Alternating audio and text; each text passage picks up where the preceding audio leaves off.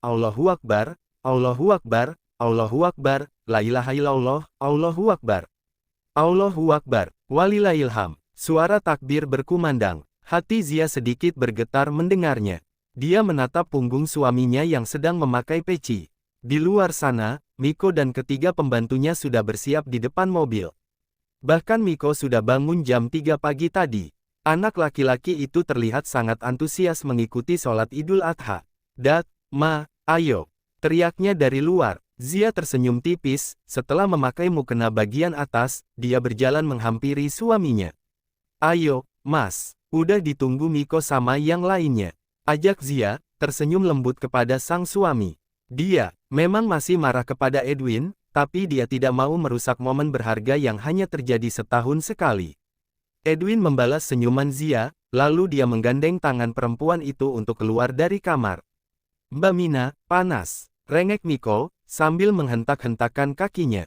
"Bentar, Mas Miko, nunggu Dedi sama mama kamu ya." Mbak Mina mencoba memberi pengertian kepada anak majikannya.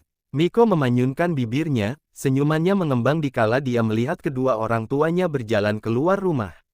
"Mik, pecinnya dipakai," suruh Zia, sambil menggendong anaknya untuk masuk ke dalam mobil.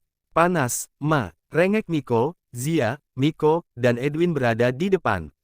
Tentunya Miko sekarang ini sedang duduk di pangkuan sang mama. Sedangkan ketiga pembantunya duduk di belakang mereka. "Gak jadi pergi ke masjid, Dat. Miko gak mau pakai peci," ucap Zia kepada Edwin. Ketiga pembantu mereka tertawa kecil ketika melihat Miko menuruti permintaan Zia.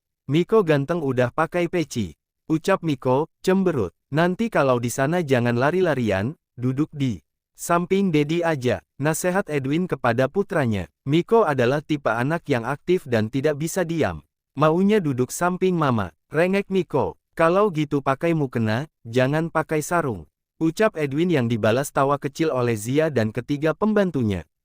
Sesampainya di masjid, mereka semua sholat Idul Adha bersama. Miko menggaruk kepalanya sendiri, dia tidak betah kalau disuruh hanya duduk diam. Teman-teman seusianya pada main lari-larian. "Dat, masih lama?" tanya Miko, lirih. Dia menarik sarung bagian bawah milik dedinya. Dalam hati Edwin, doanya hanya satu, semoga sarung yang dia pakai tidak lepas. Kejadian menjengkelkan terulang kembali. Saat Edwin sedang sujud, Miko berbisik di telinganya, "Dat, aku mau pipis." Tidak hanya itu, sekarang Miko sedang mengeluarkan ketut yang berbunyi nyaring. Hal itu membuat orang-orang di sekitarnya menahan tawa. Berbeda dengan orang-orang yang sedang menahan tawanya, sekarang Edwin justru menahan malu dan emosi. Setelah salam dia menatap putranya dengan dada naik. "Turun, mohon maaf bapak-bapak, anak saya memang seperti ini." Edwin melotot ke arah Miko. "Tidak apa-apa, lagian dia masih kecil. Kami memakluminya," balas orang yang duduk di samping Edwin. "Tapi anaknya baik loh, Pak Edwin. Anak saya aja lari-larian, dia malah duduk diam di sini," puji orang yang berada di depan Edwin. Mendengar pujian dan kata maklum dari orang-orang, Edwin hanya membalasnya dengan senyuman. "Mau pipis? Dedi antar," tawar Edwin, sedikit berbisik kepada putranya. Bisa malu 180 derajat dia kalau sampai Miko pipis di sini. "Udah gak, tadi aku kira aku mau pipis, malah mau kentut," cengir Miko yang dibalas tatapan malas oleh Edwin. Setelah sholat Idul Adha selesai, Edwin dan Miko berjalan menghampiri Zia yang sedang melipat mukenanya. "Anak kamu tuh, Zi. Dia kentut di sana, bikin malu aja." Edwin melirik putranya kesal. "Orang yang gak bisa kentut aja dibawa ke rumah sakit, lah dia yang bisa kentut ngapain kamu marahin?" Sinis Zia, sambil tersenyum kepada putranya. "Dia kentut di masjid, Zi. Saat semua orang masih pada sholat.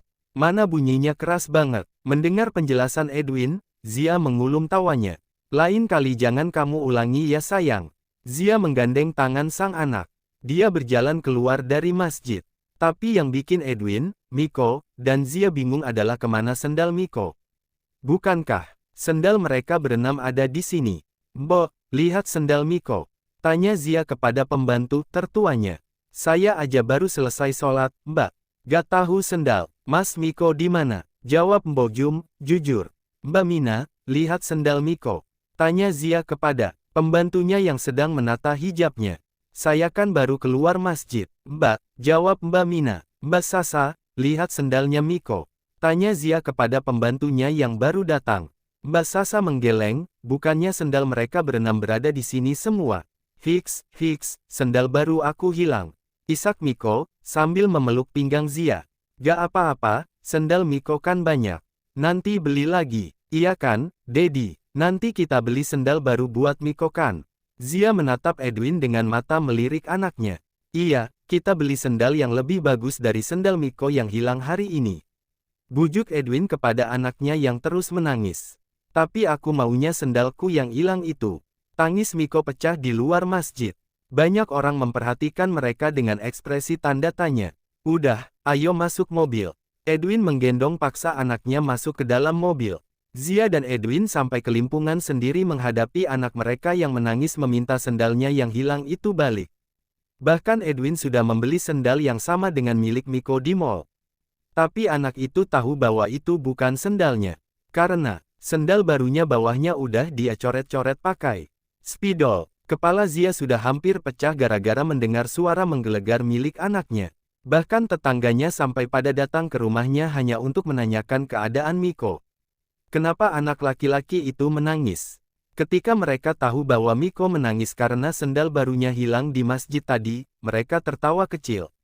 Sendal jepit saya saja hilang mbak, apalagi sendal Mas Miko yang bagus. Ucap salah satu tetangganya. Makanya Mas Miko, kalau ke masjid jangan bawa sendal bagus. Karena prinsip orang zaman sekarang tuh gini, datang ke masjid pakai sendal jelek, pulang pakai sendal bagus.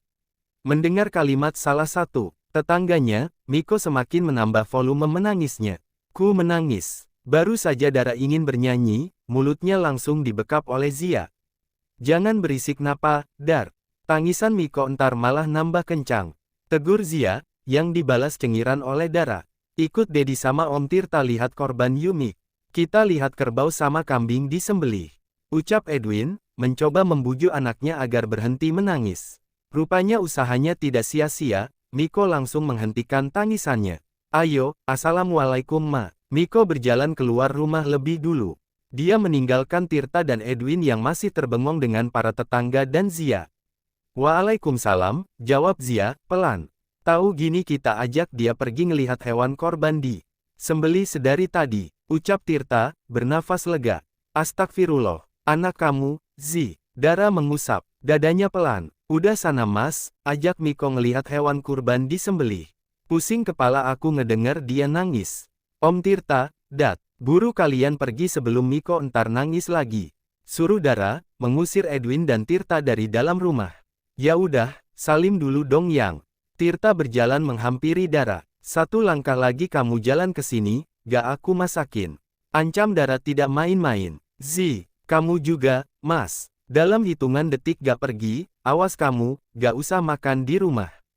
Zia ikut mengancam Edwin seperti Dara mengancam Tirta. Kedua lelaki itu meneguk ludahnya susah payah. Mereka berdua seperti suami yang takut istri,